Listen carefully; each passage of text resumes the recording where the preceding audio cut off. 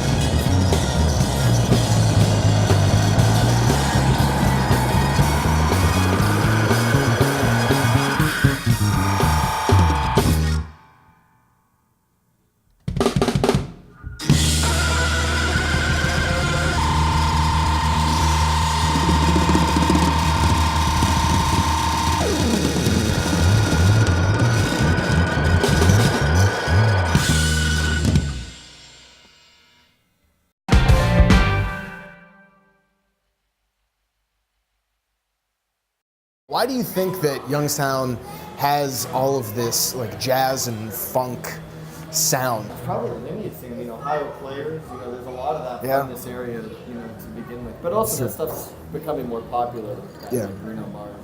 Yeah, that's true. I mean, people like pop, people like funk. Yeah, groove. Funk sales. Yeah. Like jazz, don't get me wrong, jazz is still relevant. But, it's like, plus, You don't get a lot of gigs for it. Sure. Yeah. You really don't get paid as much as a jazz gig. But then you have wide shooters, a lot of students. True. So they're going to want the newest song out, or a pop song, or the funk song, or something that makes them feel good. Yeah. Some people really don't understand jazz unless they're like grew up with it or know something about it. Mm-hmm. So that's what I think. Yeah, because I mean, like, what kind of person in their right mind really like listen to giant steps? Like it's like mind-boggling. So instead, we just decide, instead of playing that Coltrane stuff, we'll play some good stuff. So I don't know. How about you, Dante?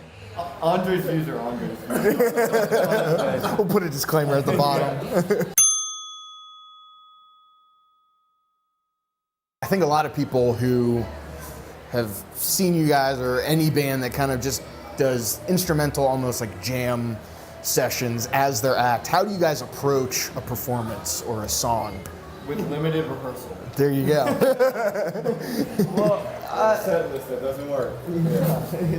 it's just a lot about how, like, what we do, because we are an improvisational style anyway. So that's just kind of the only scenario that it really works is in a fully improvisational set. We do start songs with melodies and things, and then try to interject some form and stuff in the jam thing. But we like to communicate and be free. Obviously, a lot of us are jam musicians. Yeah, a lot of times, like, we just goof off a lot too. Yeah. And like with our one song, Smack Pocket, like we had this intro that, like, the intro we started off with, we just did it like 10 minutes before a show. That I was talking to Nick, check this out. And so I was just playing around with something. And then What did I say it sounded like? What's the guy who does all the music for movies like Jurassic Park? What's his name? John Williams. John Williams. Yeah, I was like, man, that's a super John movie. And so like before we even started, we're like this, let's try that. And so one gig we just like, let's try it. But that's how things stick. It's like if something like gets cool, someone's like, oh man, you gotta do that again, or things Sure, like that. yeah. But then you have some people that say, like, you know what, we should play giant steps at a gig. And I'm like, no, why would we do a thing like that? But they should rename this, So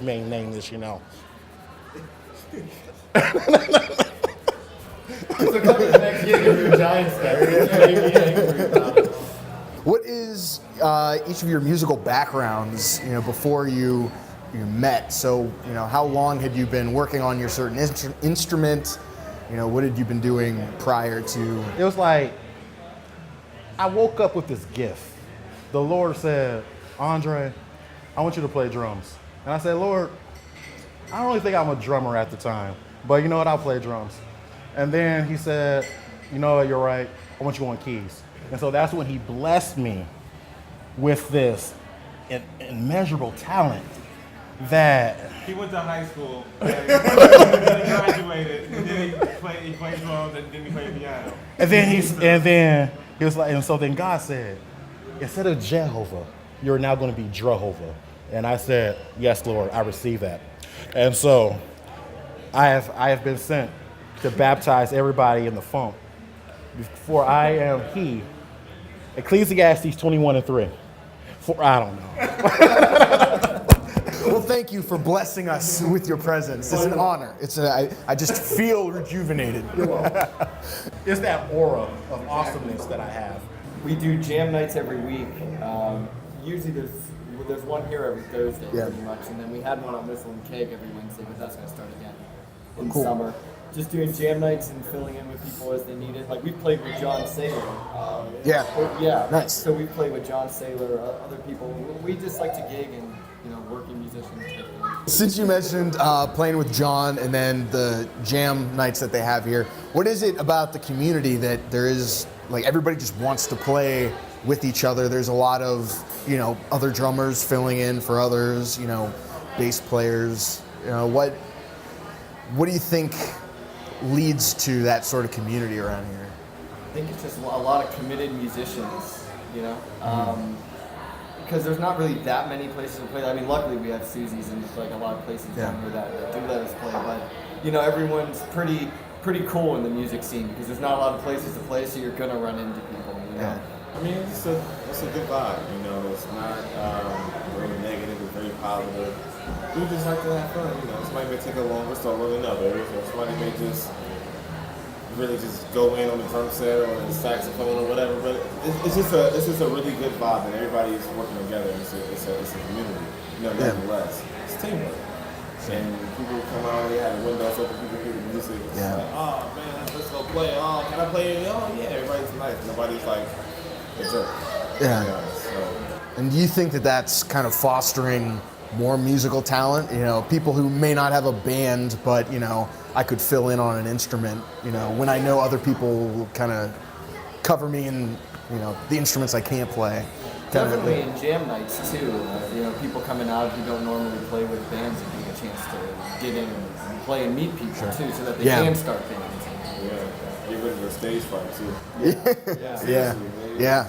Hey, 'cause that's how a lot of people just get better, just playing with other people and just throwing into the fire. Like, that's how I really learned that I was just playing with other people. And like when I first started, I sucked. I wasn't the god that you know of right now. But This is in Frida's, by the way. and so This whole creation story. yeah, so my creation, I was created down in Frida's. And so like going through and seeing and like trying to play with great people like with Billy Beck and all of that, it's just like you have to either get on your game or you can't play. And so with that, that's what helps some people when they're going to jam nights. They either like they start jamming, and then they're like this. Oh yeah, I like that. And then they fill in, they start having fun, and then you either come in, you get in, and you're playing, and you either can do it, you either can cut it or you can't. And so like some people that can't cut it, they won't show up again because they're like, well, you'll see them on the street like, where you been? Nah, I'm not, I can't, I'm not ready yet. And so, but it like gives them a chance to practice and just to get the experience of playing with the band. That's a good way to put it. Yeah. Seems like everyone communicates like better because of coming to the jam sessions, like musically, because you learn how to communicate with people out there, because we never know what's going on. Like, so you just kind of eye it up, and then also everyone networks, you know. So it's kind of like you said, it fosters it. That's our show. I want to thank Backpocket Soultet for talking to us and playing for us. Thanks to Suzie's Dogs and Drafts downtown location for letting us shoot there, and thank you for watching. Be sure to like our Facebook page and subscribe to our YouTube channel so you never miss another video. See you next time. Sometimes I wish like if there could be 3 of me. No, really, I like Damon. So if there could be 2 more of me, then that would just be. No, I like Nick. If there was just 1 more of me, then that would be awesome. Yeah. I'm getting thrown under the Yeah, really merciless.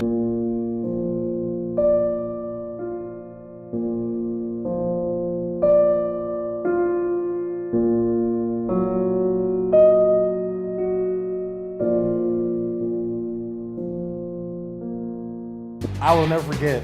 It was like 3 years ago. We came off our first CD, and we passed out our CDs in the maternity ward at St. Elizabeth. And so then you had the whole floor of St. Elizabeth just listening to our CD, and the babies that were crying, they stopped crying. Like it was just a magical experience. I even lost the question in that one. Yeah, I think it was best performance. Yeah. Obviously, when it 1985 in the maternity leave, George Washington Liquid Jr. Hammer.